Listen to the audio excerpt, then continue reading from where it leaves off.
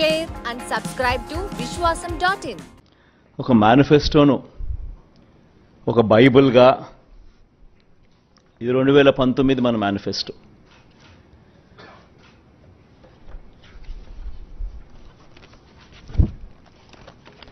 ఈ మాదిరిగా ఇచ్చిన ఈ మేనిఫెస్టోను ఒక బైబిల్గా, ఒక ఖురాన్గా, ఒక భగవద్గీతగా దీన్ని భావిస్తూ దీన్ని ఇంప్లిమెంట్ చేసిన పరిస్థితులు, దీన్ని ఇంప్లిమెంట్ చేసిన విధానం బహుశా దేశ చరిత్రలోనే ఈ 58 నెలలు అన్నది చిరస్థాయిగా చరిత్రలో ఎప్పటికీ కూడా నిలిచిపోతాయి. 2019లో ఇచ్చిన ఈ వాగ్దానాలన్నీ కూడా ఎంతో నిష్ఠగా మనం అమలు చేశాం. ఏ స్థాయిలో ఇది అమలు చేశాము అని అంటే, ఈ మేనిఫెస్టో అన్నది ప్రతి ప్రభుత్వ కార్యాలయంలో ఉన్న ప్రతి ఇంపార్టెంట్ అధికారి దగ్గర ఈ మేనిఫెస్టో ఉంది.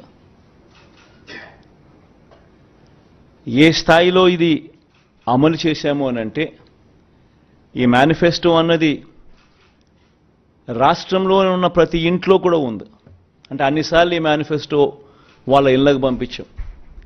ప్రతి సంవత్సరం తర్వాత ఇదిగో ప్రోగ్రెస్ రిపోర్ట్, ఇదిగో అక్క, ఇదిగో చెల్లెమ్మ, ఇదిగో ప్రోగ్రెస్ రిపోర్ట్, ఇదిగో మా మేనిఫెస్టో, చెప్పినటువన్నీ మీరే టిక్ చేయండి అని మొట్టమొదటి సంవత్సరంలో 88%, 85%, 86% మొట్టమొదటి సంవత్సరంలో టిక్కు పెడితే చివరికి వచ్చేసరికి 99.5%, 99 ఎంత ధనంజయ్ ఎంత 99 చివరికి వచ్చేసరికి దాదాపు 99% పైచిలుకు 99% పైచిలుకు మేనిఫెస్టోను మనం ఇంప్లిమెంట్ చేసి ప్రజల చేతుల్లో ఇచ్చిన పరిస్థితి. ఇలా ఈ మేనిఫెస్టోను ప్రతి ఇంట్లో కూడా చేర్చిన పరిస్థితులు ఎప్పుడైనా ఉన్నాయా, ఏదైనా ప్రభుత్వం చేసింది అని అంటే అది కూడా ఈ 58 నెలల కాలంలోనే జరిగిందని కూడా చెప్పడానికి గర్వపడతా ఉన్నా. నవరత్నాల పాలనకు నిజంగా అర్థం చెబుతూ ఏకంగా ఈ 58 నెలల కాలంలోనే, ఈ 58 నెలల కాలంలోనే ఏకంగా 2,70,000 కోట్ల రూపాయలు, మళ్ళా రిపీట్ చేస్తా ఉన్నా, ఏకంగా 2,70,000 కోట్ల రూపాయలు డిబిటీగా, అంటే నేరుగా నా అక్క చెల్లెమ్మల కోసం నేను బటన్ నొక్కడం, నా అక్క చెల్లెమ్మల కుటుంబాల ఖాతాల్లోకి నేరుగా డబ్బులు వెళ్ళిపోవడం, నేరుగా వారి చేతికి అది అందడం, ఇదొక హిస్టరీ. 2,70,000 కోట్ల రూపాయలు ఈ మాదిరిగా నా అక్క చెల్లెమ్మలకు దేవుడి దయతో మంచి చేయగలిగాం.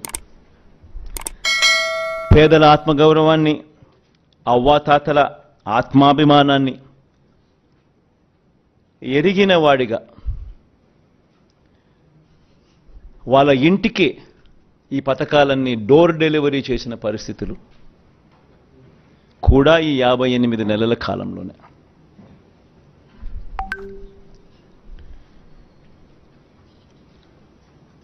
రెండు 2019లో మనం మేనిఫెస్టో రిలీజ్ చేసేటప్పుడు కూడా చాలామంది మన వాళ్ళల్లో కూడా నాతో అన్నారు, సాధ్యమేనా ఇది అని. ఎందుకనంటే 2019లో మనం చెప్పిన ఈ మాటలు, చెప్పిన ఈ హామీలు ఏదైతే ఉన్నాయో, ఆ తర్వాత ఈ 58లో ఏదైతే మనం ఇంప్లిమెంట్ చేశామో, గతంలో ఆంధ్ర రాష్ట్ర హిస్టరీలో ఎప్పుడూ జరగల. ఈ మాదిరిగా ఈ స్కీములు రావడం కానీ, ఈ మాదిరిగా ఈ బటన్లు నొక్కడం కానీ, ఈ మాదిరిగా ముందుగానే క్యాలెండర్లో ఏ నెలలో ఏ స్కీమ్ ఇస్తాము అని ముందే చెప్పి ఆ నెలలో ఆ స్కీములు కరెక్ట్గా పోయేట్టుగా చేయడం కానీ, ఇవన్నీ ఎప్పుడు గతంలో ఆంధ్ర రాష్ట్ర చరిత్రలో ఎప్పుడూ జరగల.